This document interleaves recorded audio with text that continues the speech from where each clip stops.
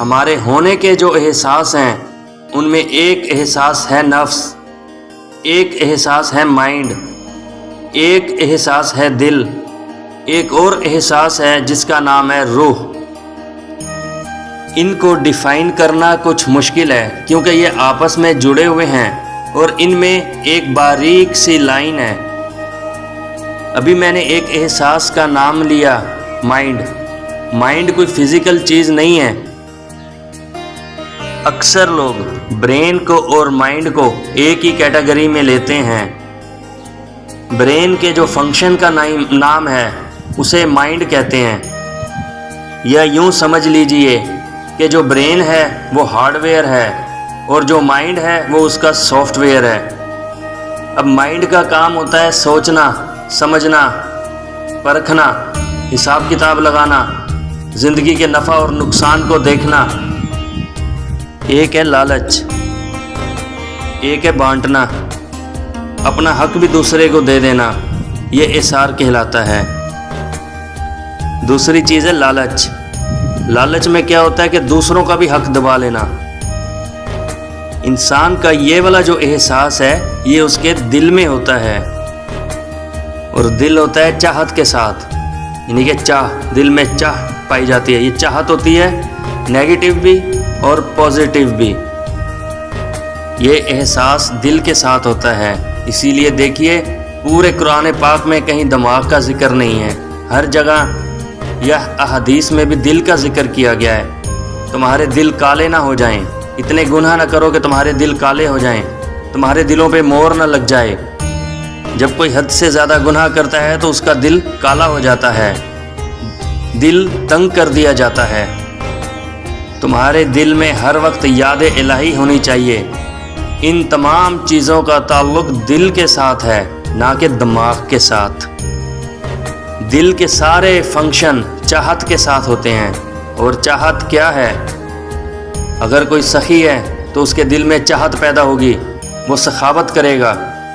اگر کسی کے پاس کوئی سوالی بن کے آتا ہے اور وہ بخیل ہے تو اس کے دل میں اپنے مال کے بارے میں چاہت پیدا ہوگی۔ ایک چاہت ہے اپنا مال خرچ کرنا، دوسروں پہ خرچ کرنا، دوسروں کی مشکلات آسان کرنا، اور ایک چاہت ہے اپنے مال کو بڑھانا اور بڑھاتے ہی جانا۔ ان سب چیزوں کا تعلق دل اور دل کی چاہت کے ساتھ ہے۔ ایک احساس کا میں نے نام لیا روح۔ روح کوئی فزیکل چیز نہیں ہے، روح ایک انرجی کا نام ہے۔ یہ جسم سے نکل جائے، جسم ڈیڈ ہو جاتا ہے۔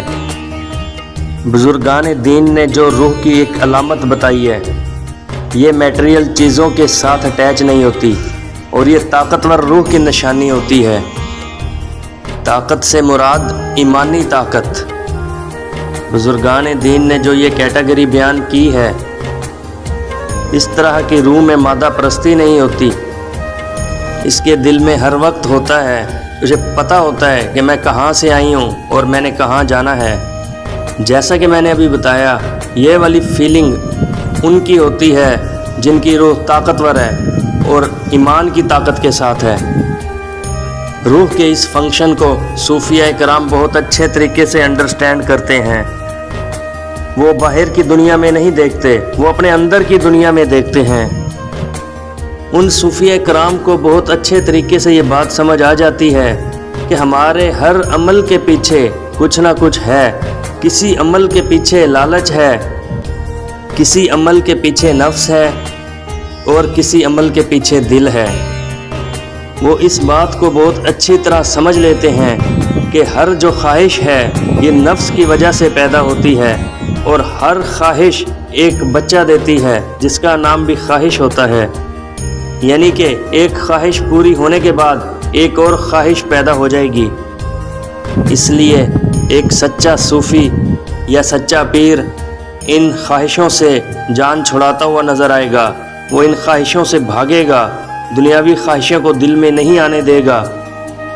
اس لیے دنیا کا ہر صوفی اپنے نفس کو پکڑے گا، اپنے نفس کو کمزور کرے گا، اپنے نفس کو اپنے اوپر غالب نہیں ہونے دیتا۔ اور جب نفس کمزور ہو جاتا ہے تو روح خود بخود طاقتور ہو جاتی ہے۔ اور جب روح کمزور ہو جائے گی تو اس کے نزدیک دنیا کے مال و دولت کی اہمیت نہیں ہوتی، بلکہ دنیا کی بھی اہمیت نہیں ہوتی، اور پھر وہ سخی بن جائے گا، معاف کرے گا، درگزر والا معاملہ کرے گا ہر کسی سے۔ پھر اس کا کامل یقین صرف اور صرف توکل پہ ہو جاتا ہے۔ اسے پتہ ہوتا ہے ہر کام اللہ نے کرنا ہے، اللہ کے علاوہ کوئی ذات ایسی نہیں جو کوئی کام کر سکے، جو کوئی چیز کو بھی ہلا سکے۔ پھر وہ عہدوں کو نہیں مانتا، وہ طاقت کو نہیں مانتا، وہ بادشاہت کو نہیں مانتا۔ اس کی میں یوں مثال دیتا ہوں، ایک بہت بڑی فتح کے بعد سکندر اعظم ایک صوفی کے پاس حاضر ہوا اور آ کر کہنے لگا، حضرت جی بتائیے میں آپ کو کچھ دے سکتا ہوں؟ تو اس نے کہا کہ تم مجھے کیا دے سکتے ہو؟ سکندر اعظم نے کہا کہ شاید آپ مجھے جانتے نہیں، میں وقت کا بادشاہ ہوں، تو آپ جو مانگیں گے میں آپ کو دے سکتا ہوں۔ تو صوفی نیچے بیٹھا تھا اور سکندر اعظم گھوڑے کے اوپر تھا، اور گھوڑے کا جو سایہ صوفی کے اوپر آ رہا تھا، اس لیے صوفی نے کہا کہ آپ تھوڑا سائیڈ پہ ہو جائیے، میرے اوپر دھوپ آنے دیجئے، بس اتنا ہی آپ کے لیے بہت ہے۔ تو سکندر اعظم بہت حیران ہوا کہ میں اس سے مال و دولت مانگنے کے لیے کہہ رہا ہوں اور یہ مجھے کہہ رہا ہے سائیڈ پہ ہو جا۔ اس نے کہا صوفی کو، حضرت جی آپ میری بات کو سمجھے نہیں۔ تو صوفی نے کہا میں بہت اچھے طریقے سے سمجھ گیا ہوں، تو مجھے کیا دے سکتا ہے؟ تو میرے غلام کا غلام ہے، اس لیے تو مجھے کچھ نہیں دے سکتا۔ تو اس نے بڑی حیرانگی سے پوچھا، غلام کا غلام کیا مطلب؟ اس نے کہا کہ میرا نفس میرا غلام ہے اور تو نفس کا غلام ہے، اس لیے تو میرے غلام کا غلام ہے، مجھے کچھ نہیں دے سکتا۔